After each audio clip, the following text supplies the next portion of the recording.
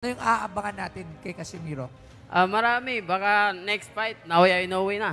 Sa tingin mo ba, bibigyan na nila si Inoue? Mukhang nagtatago We're eh. rooting for you. Wala nang ibang tatakbuhan si Naoya Inoue kundi dahil sa akin. Hindi mangyayari ang boxing na magandang laban kay Naoya kung hindi sa akin lang. What's up sa inyo mga kabenyo? At today meron na naman tayo napakainit na reaction video about nga dito kay Utol Jarrell Casimero na kung saan mukhang mag-aartista na no ang ating kampiyon. Puta, wala na atang planong labanan si Naoya Inoue.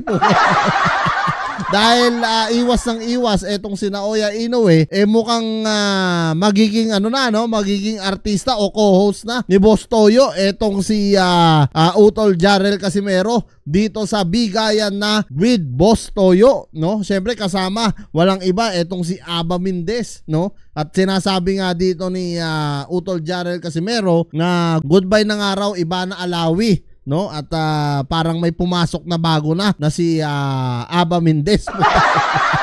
Hindi lang ng basta boxing pala itong si Utol Jarrell, talagang matinik din pagdating sa chicks po.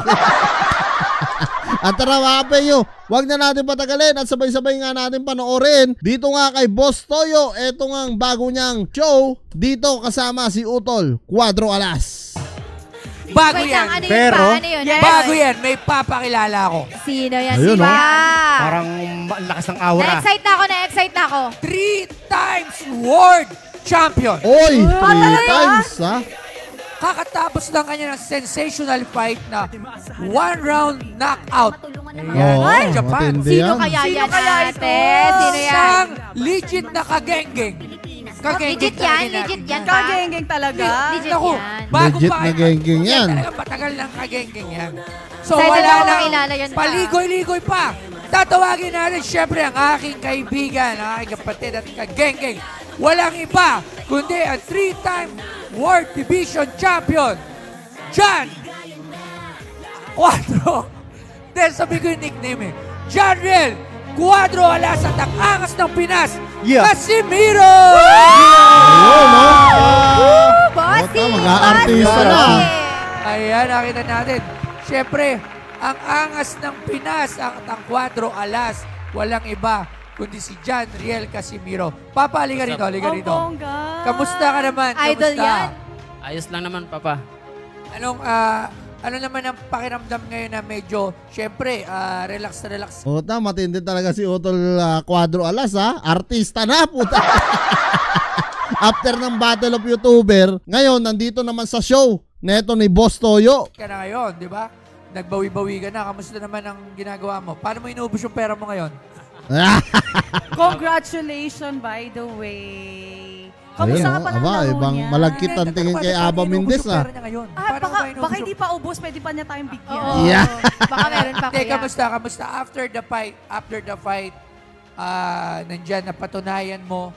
Kasi, di ba, ang daming bash. Ang daming mga hate comments nung bago maglaro. Lalo na nung nag-overweight si Papa Casimiro. Oo, Ang daming totoo yan. comment na gano'n. Alam ko kung ba't yan nag-overweight. Lagi ka inaaya yan, tapos sabihin nyo, magsasangyup kayo. Oo, malaki. Hindi kayo nag-aaya eh. Lagi kami kumakain ito. Pero, napatunayan mo. Ayun, Papa. At pagkatapos ng laban ko, umuwi ako sa amin at namimigay din ako katulad mo. Oh, nakita ko yun. Kaya nagbigay Oh, yung din ako bagyo. ng sharing sa mga nangangailangan. Pero hindi lahat. Pero at least merong kunti-kunti. Oo. Tama. Hindi naman natin kailangan. Alam nyo, sa pagtulong, Besh, isa rin to para lang ito sa Yes. mga audience at Oo. viewers natin. Ang pagtulong, hindi naman kasi natin talagang kayang tulungan lahat. Oo, totoo. Napaka-imposible nun. Gobyerno Maganda rin yan, sa totoo lang, yung nasa puso mo lang. Gaya ng ginagawa ni Utol Jarrell Casimero, no? Hindi man sobrang dami ng ibinibigay niya, pero at least nakikita natin siya na tumutulong siya sa mga kababayan niya. Which is importante yun para sa isang boksingero na tulad niya at kilalang boksingero. Kaya kay Boss Toyo, dahil kilala siya sa social media, talagang natulong din siya. Hindi man lahat niya natutulungan, pero at least pinapakita nila sa atin mga kapenyo na talagang may puso din sila at may damdamin din sila na concerned din sila sa mga taong katulad noon, nasa lanta ng bagyo, no? Yun yung maganda at yun yung mga bagay at halimbawa sa mga tao na dapat gayahin, no? Hindi yung puro kagaguhan, kalokohan, no? Kaya nga dito sa social media, kasi syempre tayo ay sinusundan, no, ng mga manonood natin. So pag nakita nila yung mga ganyang bagay na ginagawa natin, natural, no? Ganun din yung mga gagawin nila in the future kasi nakikita nila yung iniidolo nila na tumutulong din. Ano nga hindi kayang magawa yon? Kahit sino, kahit isipin mo yung pinakamayaman sa mundo, kwentay mo yung pera niya, kaya niyang bigyan yung lahat ng tao na yon para bigyan ng tulong. Pero hindi niya ginagawa kasi hindi nga imposible. Hindi talaga. niya, impossible. Yan. Pero kasi alam sobrang mo, balik dami tayo ng kasi, tao pero talaga sa mundo. sobrang proud na proud kami sa'yo. Lalo ako, as kaibigan mo, sobrang proud ako sa'yo. Alam mo yan. Maraming salamat sa pagbibigay. Ano yung kasunod pala kay Casimiro? Ano yung aabangan natin? Yan.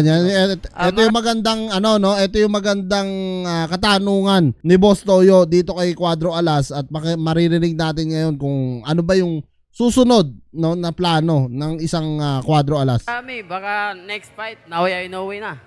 Hoy, We're putang rooting ina, for Naoya you. Inoue na raw. Tingin mo ba bibigay na nila si Inoue? Mukhang nagtatago. We're rooting for you. Wala nang ibang tatakbuhan si Naoya Inoue kundi dahil sa akin hindi mangyayari ang boxing na magandang laban kay Naoya kung hindi sa akin lang.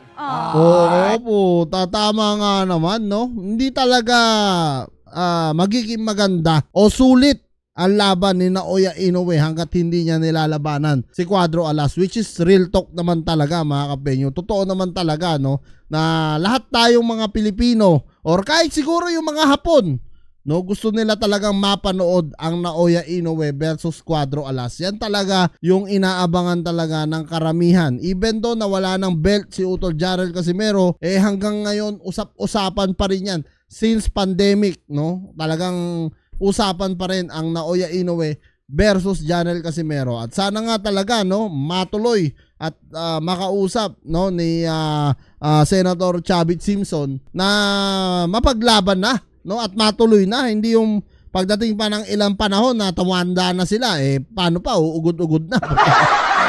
Hindi, meron nagyayabang dito. Eto, mayabang to. Yan, mayabang. Ito, Congratulations. kanina pa. Ano, sabi mo kaya mo Ito si Casimiro? Sampulan mo, kuya. Sir. Sampulan mo. Easy, medium, O hard. ngayon, Mikay, nalaman mo. No, kakasaka na ba? Congratulations. Nag-champion yan. And thank you to you, Mr. Casimiro, for bringing the Philippines on the top of the world. And we're proud of you. And I am Hindi dyan hoping... matatapos yan, mga kagenggeng. Magsasample yan si... Ayan, Ay, patay. pwede ba natin siyang bigyan ng sample? Siyempre, magsasample yan. Ano body shot Yeah. ba? Body shot? Hindi. Sample pa rin siya. Pakita mo ng shadow boxing. Oh, shadow boxing, ha? Pakita O, sige, yan. ha? Shadow boxing, Ano, ha? shadow Ayan, boxing. Casimiro. Ayan, tingnan mo. 1, Grabe, 2, 3. Oh, oh. Apo, Oh. galawad pa lang. Oh my God! Ayan. Ayan, ikaw. Mikay, ano? Ah, Ano, Mikay?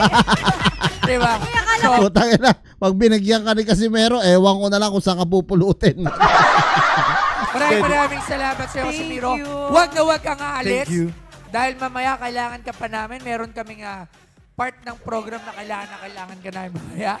Abangan niyo yan lahat. Abangan niyo yan lahat. And of course, So yan mga kapenyo, no, ano nga masasabi nyo dito kay Cuadro Alas na mukhang mag-aartista na at mukhang kukunin na ng kanyang kaibigan na si Boss Toyo. Ito, no, putang ina. Ano kaya kung talagang one day, no, maging artista na nga talaga etong si Jarrell Casimero. Hindi naman nalalayo pwede naman. Sa itsura, may itsura naman si Utol Jarrell. Hindi naman siya pangit, no, kahit papano, kita nyo. Marunong pa sumagot as hosting, no? So talagang pwede na maging artista rin ito si Utol Jarrell kung kukunin siya talaga nito ni Boss Toyo. At sa palagay nyo ba mga kapengyo, no, matuloy na kaya sa mga susunod na taon etong Naoya Inoue versus Jarrell Casimero? Even though na alam natin na talagang malabo pa sa suntok ng buwan, sana, no, na kay ano naman yan na kay Naoya Inoue talaga yan kung gusto niyang patulan si Jarrell Casimero bago siya umakyat ng weight. Pero kung talagang ayaw na ng kanyang promoter na si Mr. Owashi, wala na tayo magagawa dyan mga kapenyo, no? Move on na ang lahat. Anyway mga kapenyo, maraming salamat dito sa panonood nyo sa panibagong reaction video. At kung kayo nga tatanungin ko ano nga masasabi nyo